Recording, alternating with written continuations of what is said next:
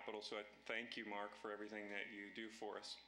I also want to, before we get the program underway, I don't know where Bruce Vilk is, if he's around. Bruce is our program director, and he's there in the back of the room, and Bruce has done a stellar job of organizing today's program. I'm sad to say that while he's staying at the university, this is the last program that Bruce will be coordinating with us. He is moving on to other opportunities, and I want to thank Bruce for the tremendous service that he has given to the center over the last 5 years. We will miss him being a part of the center, but look forward to his many other accomplishments at the university and beyond. So thank you very much, Bruce, for all your work today.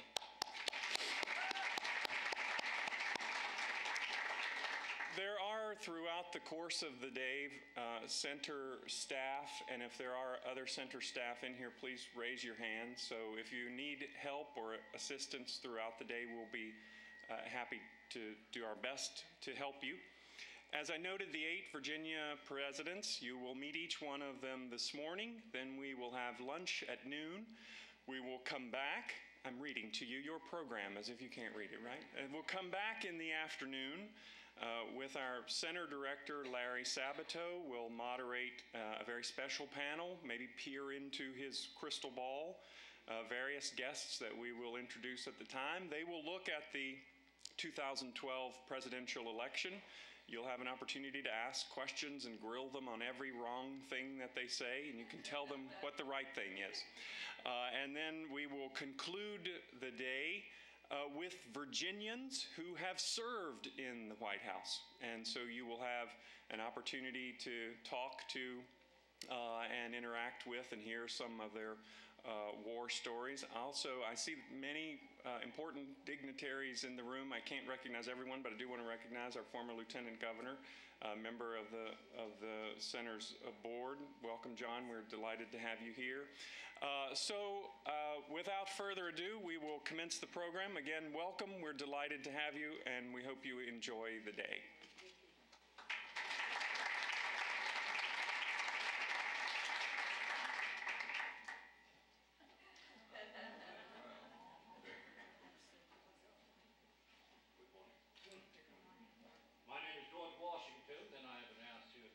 I must say I was somewhat inclined to decline the great honor of addressing you.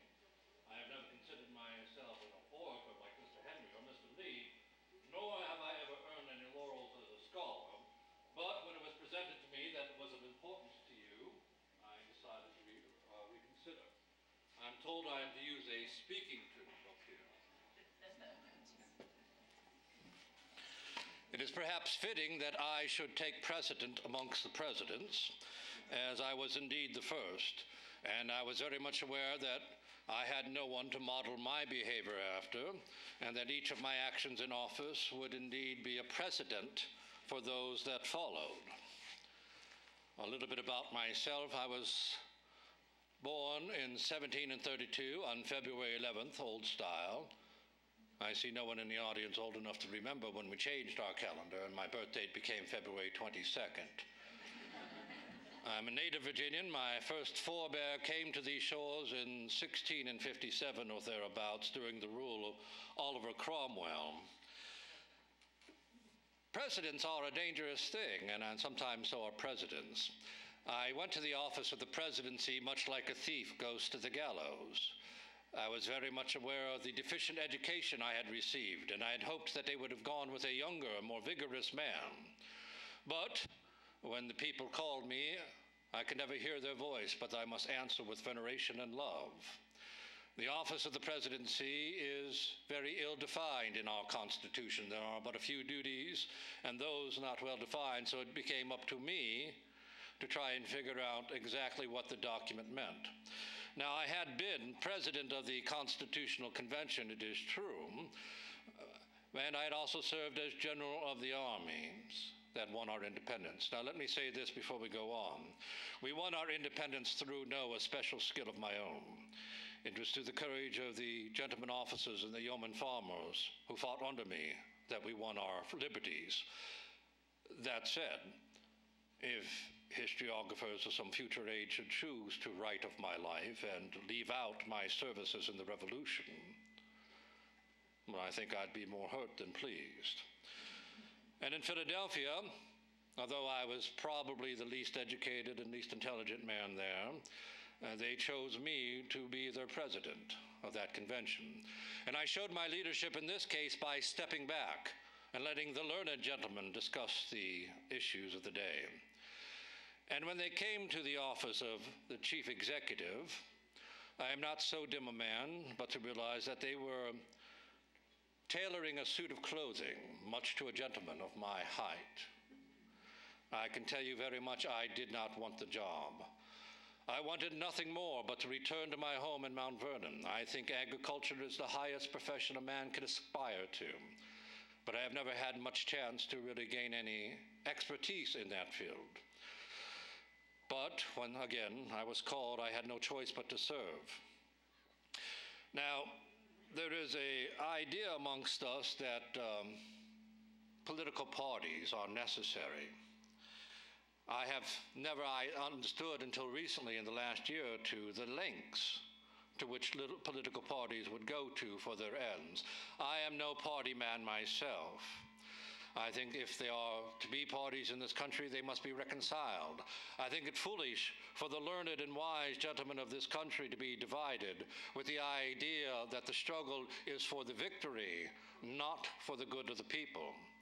I think as long as we are sharing the heritage we have fought, as long as we are sharing the heritage we have all fought for, as long as we enjoy these privileges, we should be a team pulling in harness, not a giant with many heads going in different directions.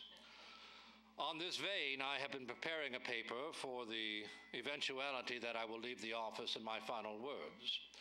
I and my political family have spent some good time on this, and I wish very much to get it right. So if you'll pardon me making a spectacle of myself, I have grown not only gray, but nearly blind in the service of my country. Let me warn you now against the very baneful effects of the spirits of party. That spirit, unfortunately, is inseparable from our nature, having its roots in the strongest passions of the human heart. It exists under different shapes in all governments, more or less stifled, repressed, or controlled. But in those of the popular form, it is seen in its greatest rankness, and it is its worst enemy. The alternate dominion of one faction over another, sharpened by the spirit of revenge, natural to party politics, which in different ages and countries has perpetrated the most horrid enormities, is itself a frightful despotism. But this leads at length to a more formal and fearful and permanent despotism. The disorders and miseries which result gradually incline the minds of men to seek security and repose in the absolute power of an individual, and sooner or later, the chief of some prevailing faction, more capable or perhaps more lucky than his opponent, will be able to rise to power on the ruins of public liberty. And without looking forward to a situation such as this, which nevertheless ought to be entirely out of sight, the common and continual mischiefs of the spirit of party are sufficient to make it in the interest and duty of each individual to discourage and restrain it. It serves always to distract the public councils and to enfeeble the public administration. It agitates the community with its unfounded jealousies and false alarms, kindles the animosity of one part against another. It foments occasionally riot and insurrection. There is an opinion that parties in free countries are useful checks upon the administration of the government and serve to keep alive the spirit of party. Well, this, within certain limitations, is probably true. But in governments purely elective, it is a spirit not to be encouraged. Now, if it shall please God to prolong a life already far along in the vale of time, nothing could make me happier than to see the continued happiness, prosperity, and growth of the American nation. Now, conscious of no mistake upon my administration, but very well aware that I have probably made many, I ask that when I leave this office that you look upon the mistakes I undoubtedly have made and blame them on my deficient education and not from any hardness of my heart. I will leave this office with clean hands and an unsullied heart. And I will leave this for you as a final parting. If we cannot make from this country, with the liberties won for you by your forebears in battle and in blood, and with the vast natural resources in this great nation of ours, if we cannot, I say, make from this a great, happy, and prosperous nation, then you will have only yourselves to blame. 'Tis well.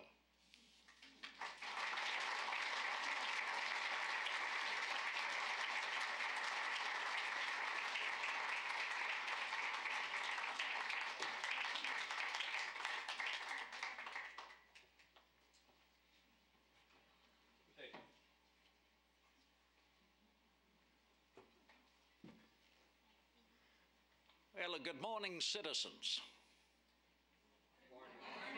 And indeed a delight, particularly to have the opportunity to stand once more here in our temple of justice.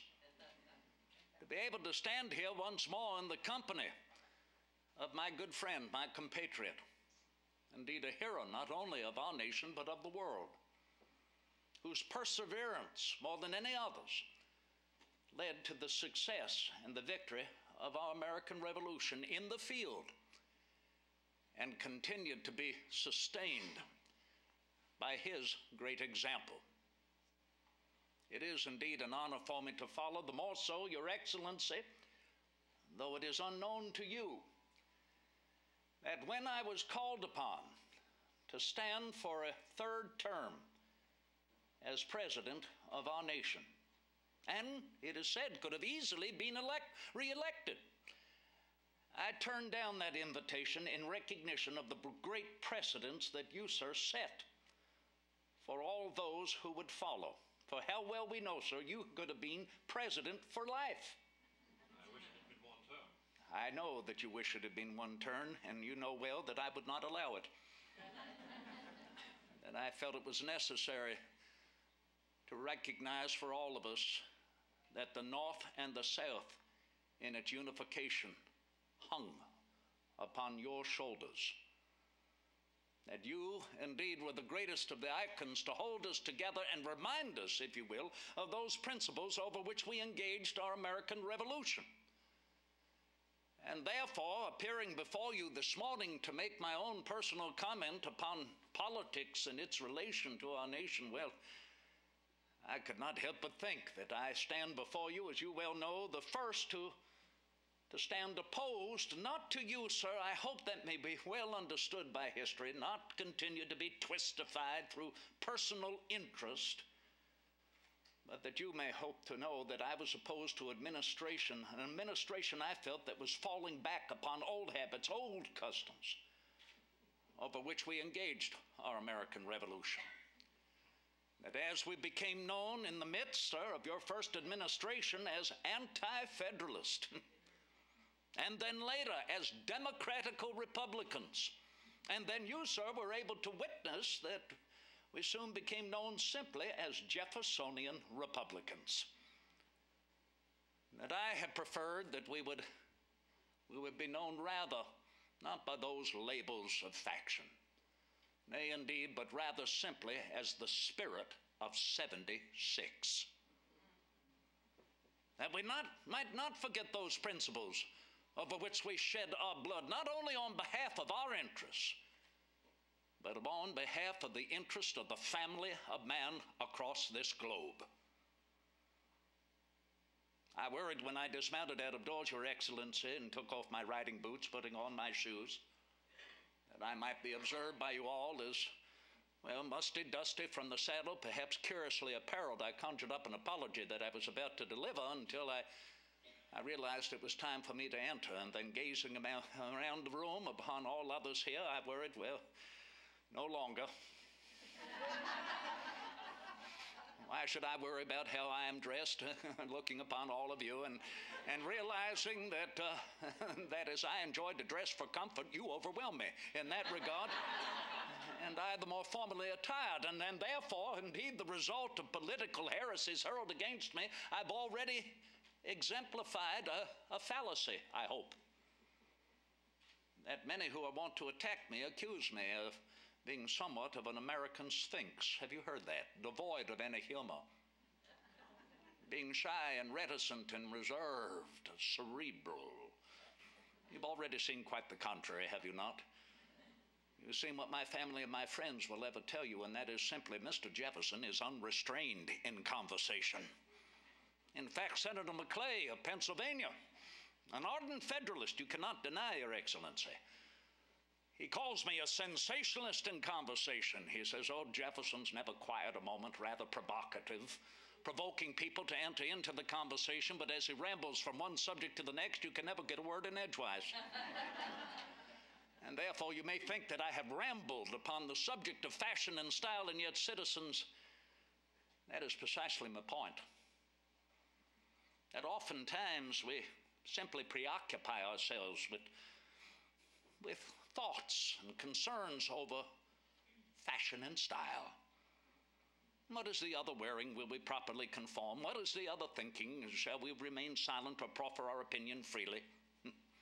It is nonetheless, is it not, in political fashion and style. And I welcome it.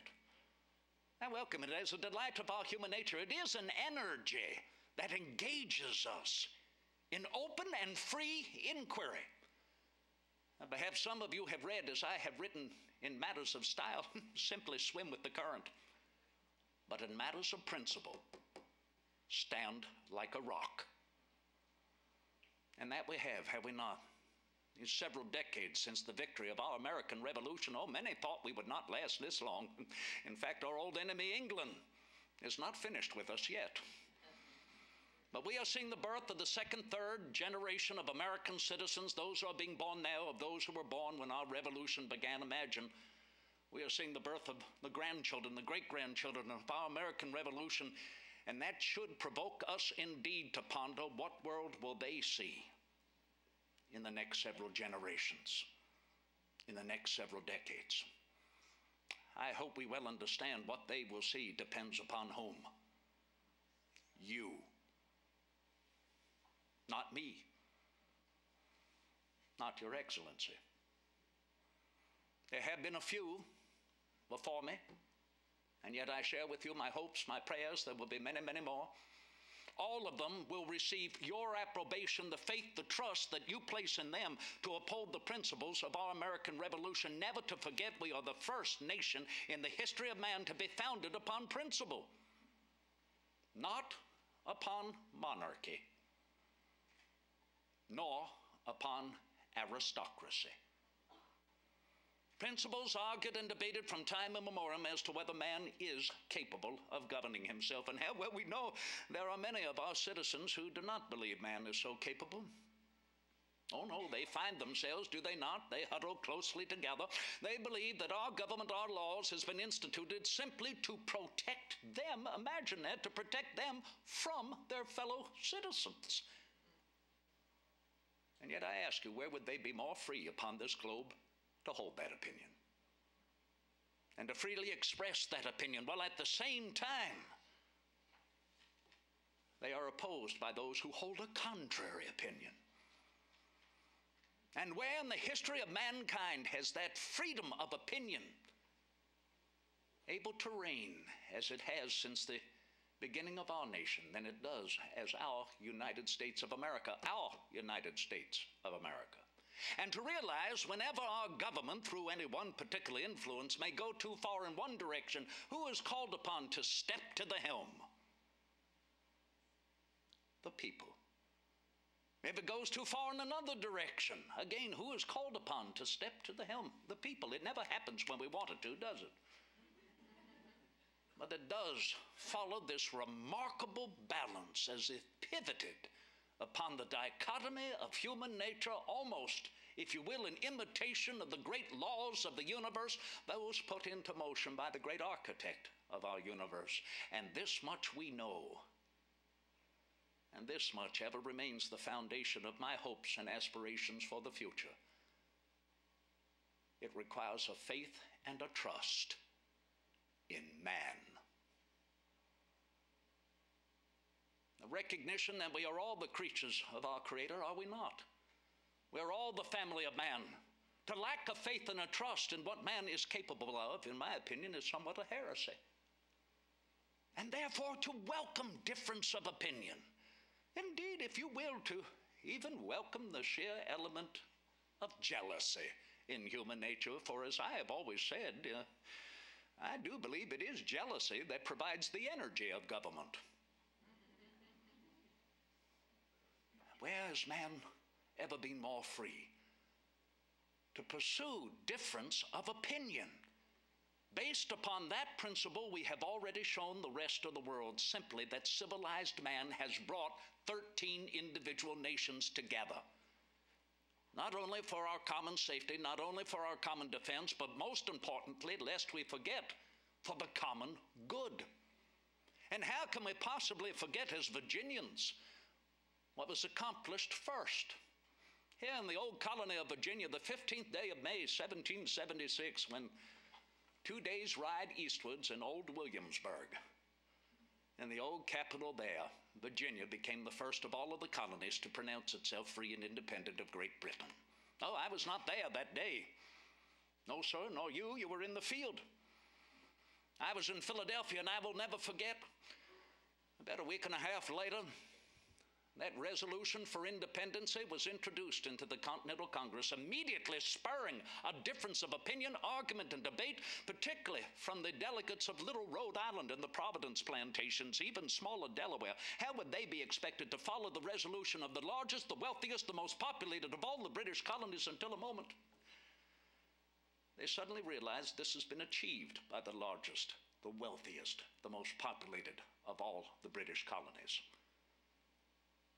If mighty Virginia could reconcile its internal divisiveness, the differences in the midst of its own politics, compromise and reconcile and move forward on behalf of whom? Everyone. Then certainly that could be followed by her sister colonies, and how well we know it was. I leave you with a reflection upon the principles over which our revolution was engaged, how well we know they are all there in our founding documents.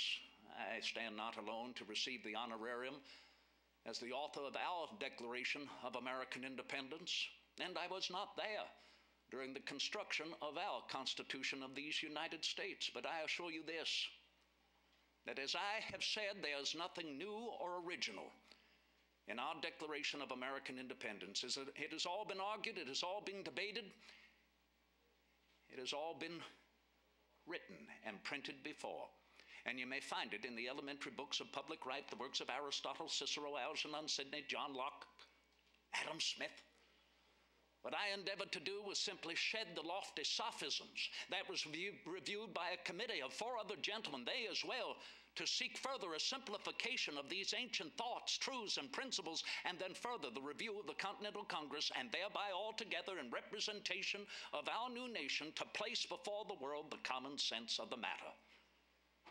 And that matter simply, that our American Revolution is fought on behalf of the common man, to provide the greatest good to the greatest number, and to show the rest of the world that we know well the mass of mankind has not been born with saddles on their backs, nor a few booted and spurred, ready to ride them.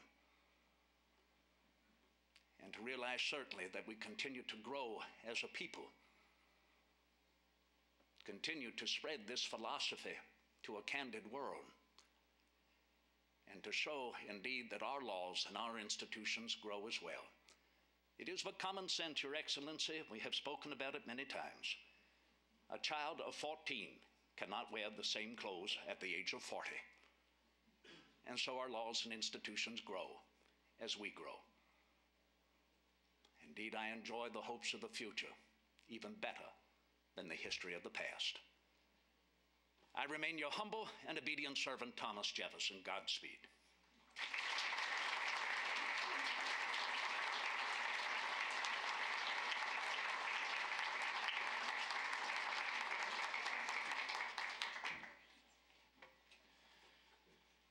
President Washington, President Jefferson, citizens of Virginia, given my short hour upon this stage, I shall not trespass upon your time by giving a full account of my attachments to Virginia. I'm sure there is sufficient evidence of my irrefutable proofs of my attachment to the Commonwealth.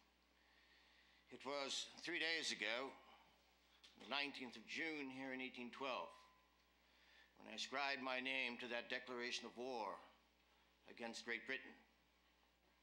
It is a result of a long train of events that may well be traced to the origins of our new government, that convention in '87.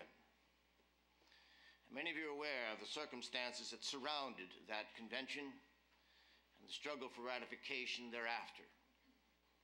The importance of securing and perpetuating the union of the states was uppermost in the minds of those at the time and at the convention. The struggle for ratification only indicates the difficulties attendant to securing that great object, and figuring a structure to the government and inclining oneself to its proper operations when there are no sufficient precedents in the annals of mankind. The American people, as well as their representatives, were in a struggle to determine the nature and form of their government, and the actions that would follow thereafter would follow those precedents that they set. Here in 1812, we have had several years of experience in this new experiment, but it is an insufficient realm in which to extract former precedents to any great degree.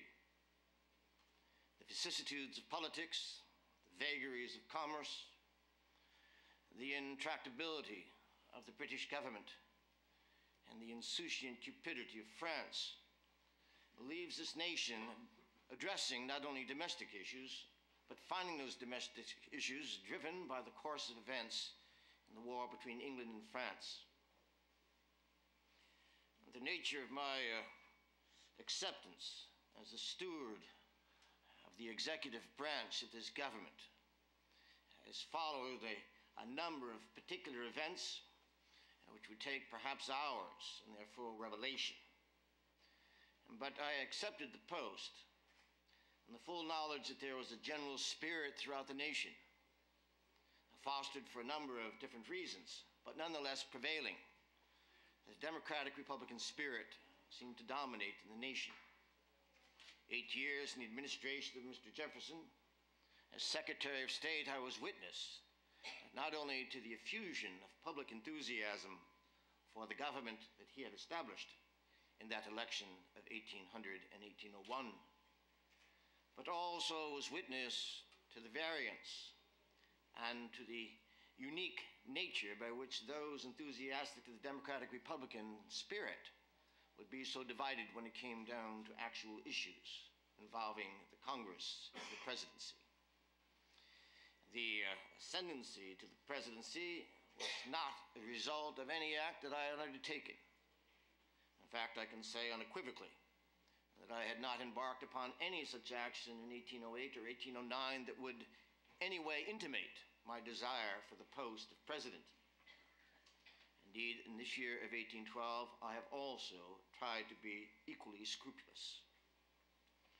The nature of choosing the president is predicated upon a caucus formed in Congress in 1808. It was led by Senator Bradley from Vermont.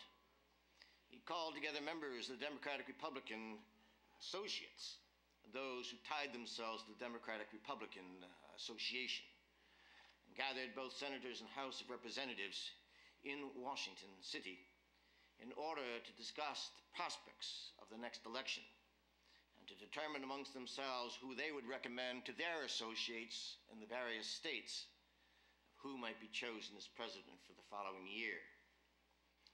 And of the names drawn was not only my own, but that of Governor Clinton from New York, and also that of Mr. Monroe, my compatriot here in Virginia.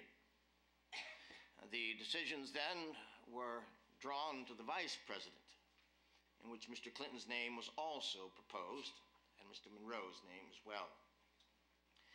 The result of that caucus was then distributed amongst the various Democratic Republicans in the several states at the time, and those electors from those states then inscribed their names upon 2 sheets of paper, quite unique from that of Mr. Jefferson's administration. The 12th Amendment brought a change in the process of choosing the president and vice president. Where formerly it was the highest number of votes going to the president and the second highest votes to the vice president. The results of that election in 1800 proved that a necessary change was to be made in the Constitution. And thus the 2 votes cast, one for the president and one for the vice president, then ensued. In that respect then, I was chosen as president by a plurality of those electoral votes and ascended to that post only in the confidence that the spirit of the American people would guide the course of events in the nation, and that I, being so confident of their attachment to their new country and their attachment to the Republican spirit, the obstacles that would be attendant to the presidency could be overcome when the spirit of the American people is so profound. In the course of events over the last 4 years, extraordinary changes have taken place in the Congress. At the beginning of the 12th Congress in November of 1811, 66 members of the House of Representatives out of 144 changed. A remarkable alteration of the composition of the House of Representatives. Many of them took on a flavor that John Randolph from Virginia described as being war hawks, ambitious for war. But should their votes have recorded such ambitions for war, we probably would not have had so many problems in preparing for war. Where they would vote for war, they would vote for no measure, at least in the increase of the Navy, in order to accomplish this agreeable end. Some in the House of Representatives had come from the Senate. Mr. Clay from Kentucky chose to become a member of the House of Representatives, where he had said that there might be more power and more political influence. And he was immediately chosen Speaker of the House of Representatives on the first day of their meeting, 4th of November in 1811. These matters are also to be considered in the light of the composition of the Senate. They are 3 members of the Senate. They call themselves the Invisibles, which is probably the least applicable name considering what they have done. Mr. Smith of Maryland, Senator Leib from Pennsylvania, and Senator Giles from Virginia have been great obstacles, certainly in my choice of Albert Gallatin to be Secretary of State. And because of their obstacles, I could not secure Mr. Gallatin as Secretary of State as I had originally desired. I was able, however, to leave Mr. Gallatin as Secretary of the Treasury, because the rules that were incumbent on affirmation by the Senate allowed him to retain his post as Secretary of Treasury without having to go through yet another affirmation by the Senate. Whereas had he been appointed Secretary of State, he would have to have the confirmation of the Senate, and that was not likely to occur because of the disposition of the Invisibles. These matters, in company with a host of others, indicate that notwithstanding the establishment and structure of Republican government, notwithstanding the efforts of presidents to establish some means by which the operation of the government might be made constructively, and operations that may serve as precedents for subsequent administrations, the element of politics in our nation's affairs are most preeminent. In my own experience, it becomes curious to me how many men of sound education and of honorable principles, and who are attendant to the success of this United States, that they can agree or disagree on so many issues of fundamental nature. It does seem to indicate the fallibility of the human mind. It is the context of debates. It is the context of discussions that prevail throughout the nation.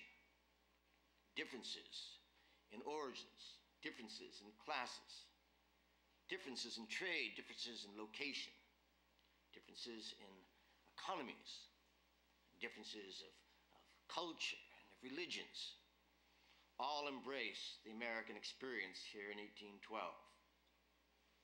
It is a division which may cause concern for those less profoundly attached to what the Republican spirit is. But in all of these matters, where differences of opinion, even extending to vitriol, if not belligerent confrontations, as between Mr. Matthew Lyons from Vermont, and Mr. Griswold from Connecticut so many years ago in the 1790s, where one would place the cane upon the head of the other, expressing his disagreements with the latter's opinions. These all comprise the American experience. And where we merely devoted to a provincial outlook on our continent, we might find ourselves in despair. But when we look at the circumstances of countries abroad, the difficulties attendant to their systems, or perhaps the ease with which a tyrant may be able to govern the French people, we may see that our experiment may not be so terrible after all, and that we may find our strength are born upon a reasonable and moderate expression of our opinions, however variant they may be. That, in my opinion, is the American spirit. That is the strength from which I derive in issuing a declaration of war 3 days ago. It is the strength that will carry me through a long and arduous war, if the prospects now loom in reality as they seem in appearance. For that matter, I celebrate your attendance here today. I am most taken by the bevy of pulchritude who are in your company, and wonder at the attention of young lasses, of course, to the vicissitudes of politics and vagaries of commerce. I celebrate that attendance here. I'm reminded of the nature of that gender every day at home, and am most appreciative of all that she has contributed to my welfare and to the nation's welfare. I would be remiss not to broach her name amongst your company and send her regrets that she could not be here today. But whenever circumstances arise that may cause one concern of whether the message will be carried in the day, or whether the circumstance of the issue may be carried to the reasonable conclusion and not subject to the vagaries of political demagogues, I'm reminded of that old saying, that though the early bird gets the worm, it's the second mouse that gets the cheese. And perhaps ever attendant to reason and moderation in all that we do, and cognizant of the precedents we set for subsequent generations, that where that the differences of opinion are to be celebrated and not renounced, and where the voices of reason must be divined to the very brillance of public screaming and public demonstrations, that we may yet come to determine a future for this nation, and perhaps those who may succeed me will give evidence of that success. In conclusion, I appreciate your attendance here today and the opportunity to address you on these subjects.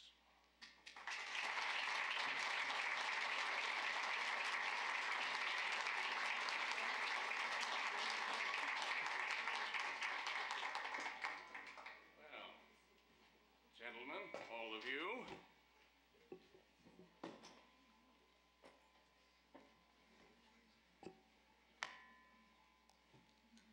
I am indeed James Monroe. I bring you greetings to all of you from Loudoun County and my household at Oak Hill, not far from Leesburg, Virginia. Following Mr. Madison's remarks, I am reminded of what William Wirt, my Attorney General said of me back in 1803. He said, I have a mind neither rapid nor rich, but that with the power of concentration, I might achieve the executive. And so I did on March 4th of 1817, sworn to preserve, protect, and defend the Constitution by my old schoolboy friend who lived not too far from my place of birth on the Potomac in Westmoreland County. Lifelong friend and lifelong political foe, but always a faithful comrade in arms, even in our shared quarters at Valley Forge. I speak of John Marshall, Chief Justice of the United States Supreme Court. Just recently, Mr. Marshall reminded me, in the midst of our political differences, that we must always be brave soldiers in time of war, good citizens in time of peace, and intelligent patriots at all times. These words from an unrepentant Federalist, which in no way contradict the Jefferson-Madison spirit that has nurtured me. I am a confessed public man, a politician, engaged for nearly 50 years in the matters of government, willing to be judged not by a suffix attached to my name, but rather in the efficacy of service to the nation. As we approach the 50th anniversary of the Declaration of Independence, I cannot put behind me the fragility of our independence and the image of war. As I saw our capital consumed in fire just 11 years ago during the War of 1812, our first declared war as a constitutional government, which I, as Secretary of State, was charged to personally deliver to the British minister in Washington City, duly summoned to my office for that purpose. I hid from him my trembling as I read Congress's declaration, for no other president before me since my former commander, General Washington, has personally experienced the dread consequences of the battlefield. Perhaps the only flash of intellect I have ever experienced occurred as our troops fled past me and President Madison's entourage after our miserable defeat in Bladensburg, Maryland, on August the 24th of 1814, when I had the presence of mind to give instructions to save the public papers in Washington City. We owe a debt of singular gratitude to my clerk at the Department of State, Stephen Pleasanton, who in defiance of the Secretary of War removed to safety in Leesburg the original signed Declaration of Independence, the Constitution, and General Washington's resignation of his wartime commission, an act of voluntary submission of power to a feeble but legitimate Congress in a ceremony orchestrated by Mr. Jefferson, bringing tears to the eyes of all of us in attendance. My life has intertwined that of Mr. Jefferson's and Mr. Madison's for more than 40 years. I took a wound as a Continental officer at Trenton in December of '76 in our securing the Declaration of Independence, and 7 years later I found myself standing side by side with Congressman Jefferson in Annapolis, Maryland, to sign the final protocols of the Treaty of Paris of 1783, which brought our fight for independence to a successful conclusion, and announced to the world that hereafter we would no longer be known as subjects of a monarch, but citizens of the United States of America. But in a real sense, the end of the war did not bring the end of the revolution. that had to continue to replace our first charter, the palsied Articles of Confederation. Our union was sorely tested in birthing a new form of government. I stand before you as the only anti-federalist to become President of the United States, embracing loyal dissent in the execution of conscience, even if it cost me the friendship of Mr. Marshall, which it did for many years.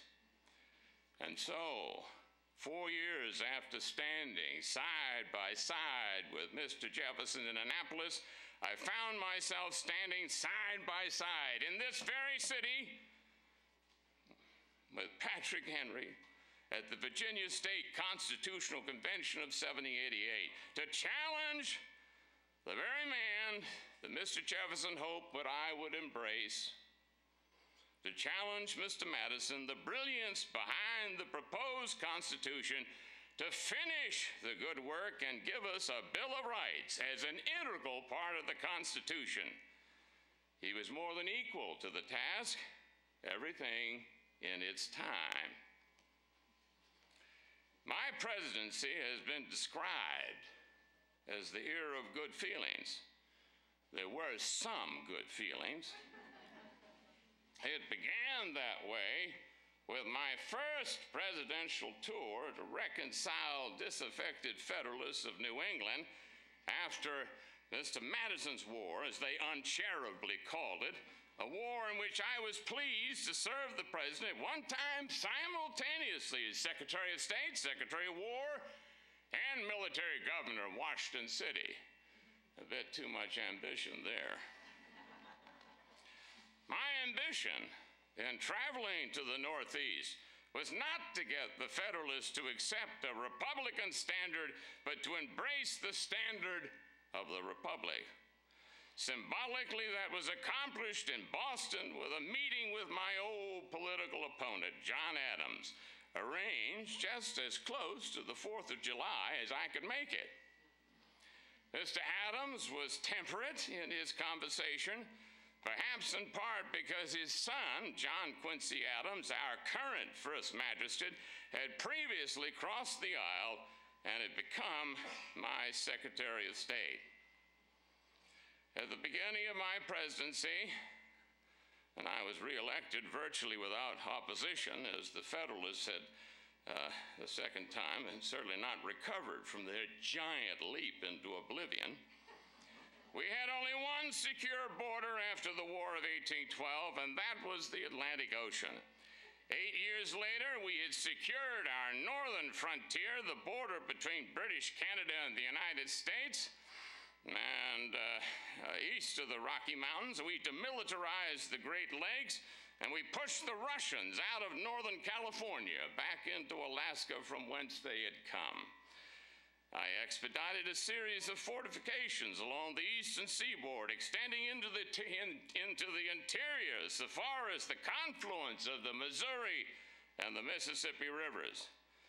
And drawing on my experience as the lead negotiator for the purchase of Louisiana in 1803, we finally acquired Florida and effected the Transcontinental Treaty of 1819 with the Spanish, giving us a whole new border north of Texas, up from the Sabine River, up from the Red River, up from the Arkansas River to the 21st parallel, with a swath going due west to the Pacific Ocean. So at last, you see, we can see the beginning of a continental nation.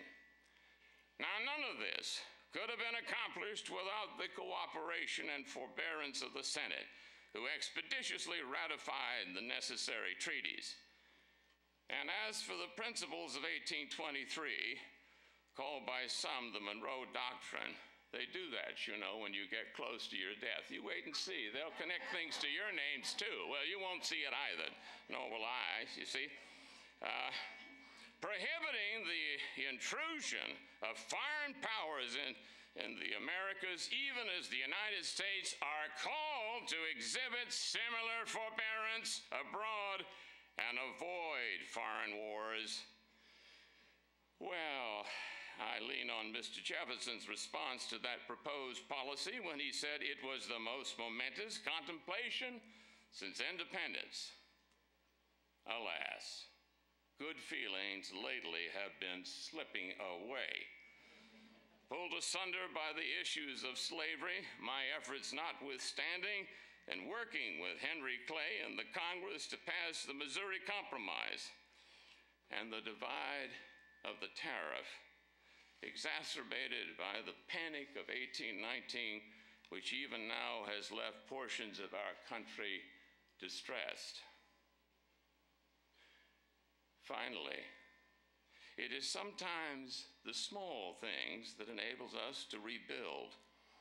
A Congress of disparate minds and I came to an agreement one spring day about the Third Flag Act, which I signed on April 4th of 1818. Now at last, our flag has the visual coherence of 13 permanent stripes, speaking forever for the ideals of our fight for independence, and a permanent blue canton that awaits the stars of future states to be welcomed on an equal footing, new stars affixed to the canton on the 4th of July following the year of their admission. Together, we must think hard on Old Glory, as our flag first came to be called in 1824, my last full year as your president. We must think hard, my friends, and then we must do our duty. I thank you.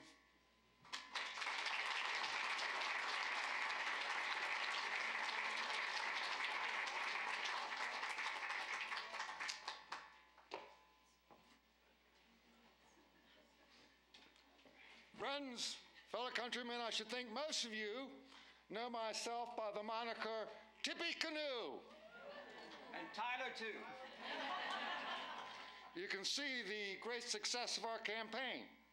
Indeed, it's been so successful as to obscure my origins. You see, firstly, my opponents wish to paint me as a hayseed, as some rustic but recently pulled from the plow. But rather than argue with them, we simply adopted it. And so I have become known as a man who lives in a log cabin and enjoys the partaking of hard cider. But as you are all my fellow Virginians, I can confide to you nothing could be further from the truth. I was born some 20, 25 miles from here at Berkeley Plantation. My father being the fifth Benjamin Harrison, a man who signed Mr. Jefferson's Declaration of Independence, and who was a very close friend, of course, of General Washington. And so I grew up there in the company of those men. The one who I found most impressive, my apologies to the other, was the first, General Washington. But not in his capacity as our president, but rather as a military man. I was enthralled with all things military as a young man. But my father was determined that I should have a proper education. And after some years at Hampton, Sydney, he then determined I should be a doctor. I was sent to Philadelphia, where I studied under one of the best, Benjamin Rush. I can confide in you, it was not for me.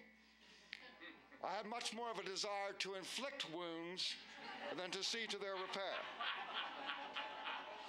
I then, at the death of my father, found myself in some manner liberated and made my way to the west, to what is Ohio.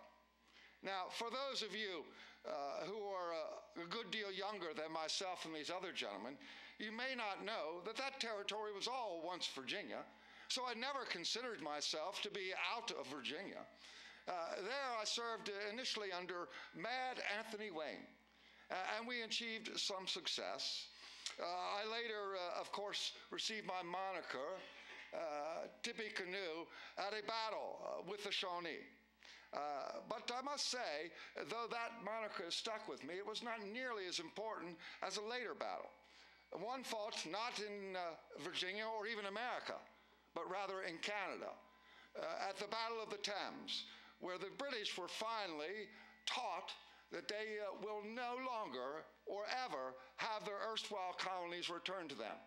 In that battle, my old adversary, the great Shawnee chief Tecumseh, was killed. I've spent most of my years in office, I've held many, I won't trouble you with them, but mainly working towards the settlement of the Northwest Territory. As you know, the great Whig Party for many years recently has suffered loss after loss after terrible loss. And I must admit, I was a part of one not so long ago. The election of 1836, why, we tried a unique strategy. We ran 4 candidates against 1. Now, is there any way possible we could ever imagine that we might have the majority of the vote with 4 candidates versus 1? Certainly not. But there is something that was added to our Constitution that made it rather sensible. The Electoral College, of course. And so it was not as near a great a failure as one might think. But we were unable to deny Mr. Van Buren the majority. I feel sorry for him that he won that election. You see, his predecessor, Old Hickory, Andrew Jackson, that fool had decided to withdraw the charter of the Second Bank of the United States. This led to a great panic in our currency. I think some 330 of the 850 banks in this country, why, they closed their doors. And who took the blame for that? Oh, it was not Old Hickory, but rather the man we often refer to as Martin Van Buren.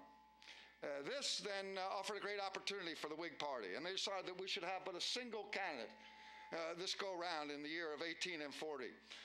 And one would think it would be Mr. Clay, would you not? The problem with Mr. Clay is that his views are so well known that there's something then from the public to judge.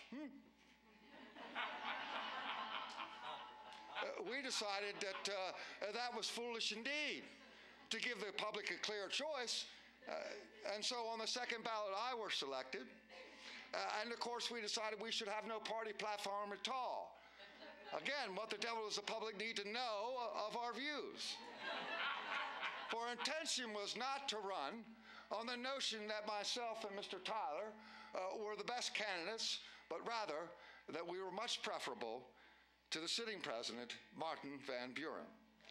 We labeled him Van Ruin. Their attempts, I think, were most juvenile.